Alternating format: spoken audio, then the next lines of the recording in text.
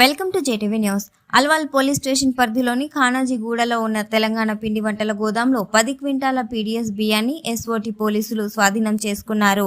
Srinidhi Telangana foods పేరిట చాలా కాలంగా పీడీఎస్ బియ్యంతో పిండి వంటలను, ఆహార పదార్థాలను తయారు చేస్తున్నట్లు గుర్తించిన ఎస్ఓటీ పోలీసులు పీడీఎస్ బియ్యాన్ని గుర్తించి పట్టుకున్నారు.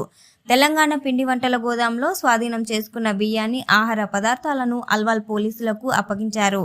నాణ్యమైన ఆహార పదార్థాలను తయారు చేసి మార్కెట్లో విక్రయిస్తున్నట్లు ప్రజలను నమ్మించి మోసం చేస్తూ పీడీఎస్ బియ్యంతో ఆహార పదార్థాలను తయారు చేస్తున్నట్లు బట్టబయలైందని ఎస్ఓటీ పోలీసులు తెలిపారు.